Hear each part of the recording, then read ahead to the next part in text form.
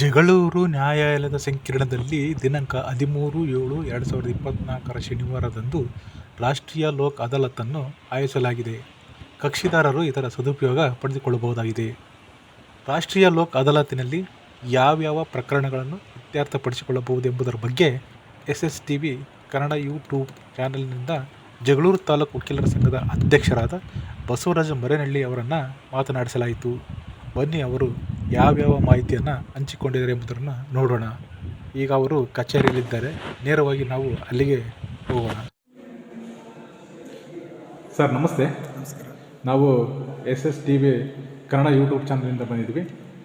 ತಮಗೆ ಮೊಟ್ಟ ಮೊದಲನೇದಾಗಿ ತಾವು ಜಗಳೂರು ತಾಲೂಕು ವಕೀಲರ ಸಂಘದ ಅಧ್ಯಕ್ಷರಾಗಿದ್ವಿ. ನಮ್ಮ SSTV ಯೂಟ್ಯೂಬ್ ಚಾನಲಿಂದ ತಮಗೆ ಹೃತ್ಪೂರ್ವಕವಾದ ಧನ್ಯವಾದಗಳು sir. Thank you sir. Sir, ಇದೇ ತಿಂಗಳು ನೀವು ಜಗಳೂರು ತಾಲೂಕು ನ್ಯಾಯಾಲಯದಲ್ಲಿ ರಾಷ್ಟ್ರೀಯ ಲೋಕ್ ಅದಾಲತ್ ಕಾರ್ಯಕ್ರಮವನ್ನು ಹಮ್ಮಿಕೊಂಡಿದ್ದೀರಿ. ಈ ರಾಷ್ಟ್ರೀಯ ಲೋಕ್ ಅದಾಲತ್ನಲ್ಲಿ ಕಕ್ಷಿದಾರರಿಗೆ ಯಾವ್ಯಾವ ಪ್ರಕರಣದಲ್ಲಿ ಅನುಕೂಲತೆ ಆಗುತ್ತೆ ಸರ್? ಸ್ವಲ್ಪ ಅದ್ರ ಬಗ್ಗೆ ತಾವು ಮಾಹಿತಿ ನೀಡಬೇಕು. ಹೈಕೋರ್ಟ್ ನಿರ್ದೇಶನದ ಮೇರೆಗೆ 13/7/2024 ನಮ್ಮ ನ್ಯಾಯಾಲಯದಲ್ಲಿ ಮೆಗಾ ಲೋಕ್ ಅದಾಲತ್ ಕಾರ್ಯಕ್ರಮವನ್ನು ಹಮ್ಮಿಕೊಂಡಿದ್ವಿ. ಇಲ್ಲಿ ಕೌಟುಂಬಿಕ ಸಂಬಂಧಪಟ್ಟಂಗೆ, ಚೆಕ್ ಪ್ರಕರಣಗಳು ಸಂಬಂಧಪಟ್ಟಂಗೆ, ಜಮೀನು ಪಾಲು ವಿಭಾಗ ಸಂಬಂಧಪಟ್ಟಂಗೆ ಹಾಗೂ ಇನ್ನಿತರೆ ರಾಜಿ ಆಗಬಹುದಂಥ ಕ್ರಿಮಿನಲ್ ಪ್ರಕರಣಗಳು ಸಂಬಂಧಪಟ್ಟಂಗೆ ಲೋಕ ಅದಾಲತ್ತಲ್ಲಿ ನಾವು ಪ್ರಕರಣಗಳನ್ನು ಇಟ್ಕೊಂಡಿದ್ವಿ. ರಾಜಿ ಆಗ್ಬೋದಂತ ಯಾವುದೇ ಪ್ರಕರಣ ಇರೋ ಕ್ರಿಮಿನಲ್ ಪ್ರಕರಣಗಳು ನಾವು ರಾಜಿ ಮಾಡ್ಬೋದು ಲೋಕ ಅದಾಲತ್ತಲ್ಲಿ. ಅದನ್ನು ನಮ್ಮ ತಾಲೂಕಿನ ಕಕ್ಷಿದಾರರು, ಸಾರ್ವಜನಿಕರು ಸದುಪಯೋಗ ಪಡಿಸ್ಕೊಳ್ಬೇಕು. ಏಕೆಂದರೆ ಕೋರ್ಟಿಗೆ ಅಲೆಯೋದಕ್ಕಿಂತ ಸಣ್ಣ ಪುಟ್ಟ ದ್ವೇಷ ಏನೋ ಒಂದು ಯಾವುದೋ ಇದರಿಂದ ಕಲಹಗಳಿಂದ ಕೋರ್ಟಿಗೆ ಬಂದಿರ್ತಾರೆ.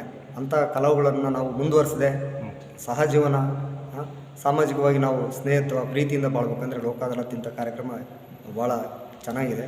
ಅದನ್ನು ನಮ್ಮ ತಾಲೂಕಿನ ಜನತೆ ಸದುಪಯೋಗ ಪಡಿಸ್ಕೊಂಡು ಮೆಗಾ ಲೋಕ ಅದಾಲತ್ತಲ್ಲಿ ಎಲ್ಲರೂ ಭಾಗವಹಿಸಿ ಅವರವ್ರ ಪ್ರಕರಣಗಳಿದ್ದಂಥ ಅವರ ವಕೀಲರ ಮುಖಾಂತರ ನ್ಯಾಯಾಲಯದಲ್ಲಿ ಹೇಳಿ ಅವನ್ನ ರಾಜಿ ಆಗೋಂಥದ್ದು ಕಾರ್ಯಕ್ರಮ ಹಮ್ಮಿಕೊಂಡಿದ್ದೀವಿ. ಆಮೇಲೆ ಇದು ಭೂ ವ್ಯಾಜ್ಯಗಳು, ಚೆಕ್ ಪ್ರಕರಣಗಳು, ಆಮೇಲೆ ಈ ಗಂಡ ಹೆಂಡತಿ ಜಗಳ, ಇವೆಲ್ಲವೂ ಈ ಲೋಕ ಅದಾಲತ್ನಲ್ಲಿ ಬಗೆಹರಿಸ್ಬೋದು. ಅಂಥವೇನು ರಾಜಿ ಆಗೋ ಸಂಬಂಧ ಏನು ಪಾರ್ಟಿಗಳು ಒಪ್ಪಿಕೊಂಡು ಸ್ವಲ್ಪ ಏನು ಅವರ ಹಾಮು ಇರ್ತಕ್ಕಂಥದ್ದು ಒಂದು ಸ್ವಲ್ಪ ಕಡಿಮೆ ಮಾಡ್ಕೊಂಡು ಏನೋ ಅನುಸರಿಸ್ಕೊಂಡು ಹೋದರೆ ರಾಜಿ ಮಾಡೋಂಥದ್ದು ಎಲ್ಲದೂ ಮಾಡ್ಬೋದು. ಮತ್ತು ಕ್ರಿಮಿನಲ್ ಪ್ರಕರಣಗಳು ಕೂಡ ರಾಜಿ ಆಗಬಹುದಂತ ಏನು ಪ್ರಕರಣಗಳು ಕ್ರಿಮಿನಲ್ ಸಣ್ಣ ಪುಟ್ಟ ಗಲಾಟೆಗೆ ಪ್ರಕರಣಗಳು ದಾಖಲಾಗಿರ್ತಾವೆ ನ್ಯಾಯಾಲಯದಲ್ಲಿದ್ದಂಥವು ಅವನ್ನು ಕೂಡ ರಾಜಿ ಮಾಡ್ಕೊಳ್ಬೋದು. ಸರ್, ಈ ವರದಕ್ಷಿಣೆ ಕೇಸ್ ಅಂತ ದಾಖಲೆ ಮಾಡ್ತಾರೆ, ಅವು ಕೂಡ ಇದರಲ್ಲಿ ಇತ್ಯರ್ಥ ಮಾಡ್ಕೋಬೋದಾ? ವರದಕ್ಷಿಣೆ ಅದು ರಾಜಿ ಆಗಬಹುದಂತದಾಗಿದ್ದರೆ ಅದು ಏನೋ ಅವ್ರೇನೋ ಡೈವರ್ಸ್ ಹಾಕ್ಕೊಂಡು ಇಲ್ಲೇನೋ ಕೆಳಗಳು ಕೋರ್ಟಲ್ಲಿ ಪರಿಹಾರ ಅಂತ ಏನೋ ಅಂತ ಹಾಕೊಂಡಿದ್ರೆ ಅಲ್ಲೇನೋ ನಾವು ಬೇರೆ ಆಗ್ತೀವಿ ಅನ್ನೋದಾದರೆ ಅಂಥವು ಕೂಡ ಪ್ರಕರಣಗಳು ರಾಜಿ ಆಗ್ಬೋದು.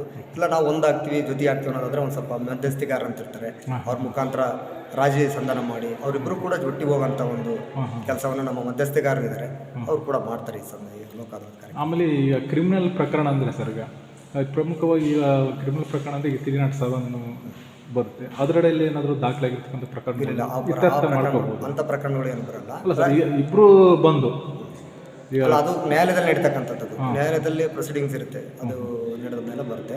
ಇಲ್ಲಿ ಲೋಕ ಅದಾಲತ್ನಲ್ಲಿ ಅಂದರೆ ಒಂದು ರಾಜಿ ಅರ್ಜಿ ಮುಖಾಂತರ ಆಗ್ತಕ್ಕಂಥ ಪ್ರಕರಣಗಳು ಅವು ಎಲ್ಲ ಸಾಕ್ಷಿ ವಿಚಾರಣೆ ಅವಕ್ಕೆಲ್ಲ ವಿಚಾರಣೆ ಆಗಬೇಕು ಅಂತ ನ್ಯಾಯಾಲಯದಲ್ಲಿ ನಡೀತಾವೆ.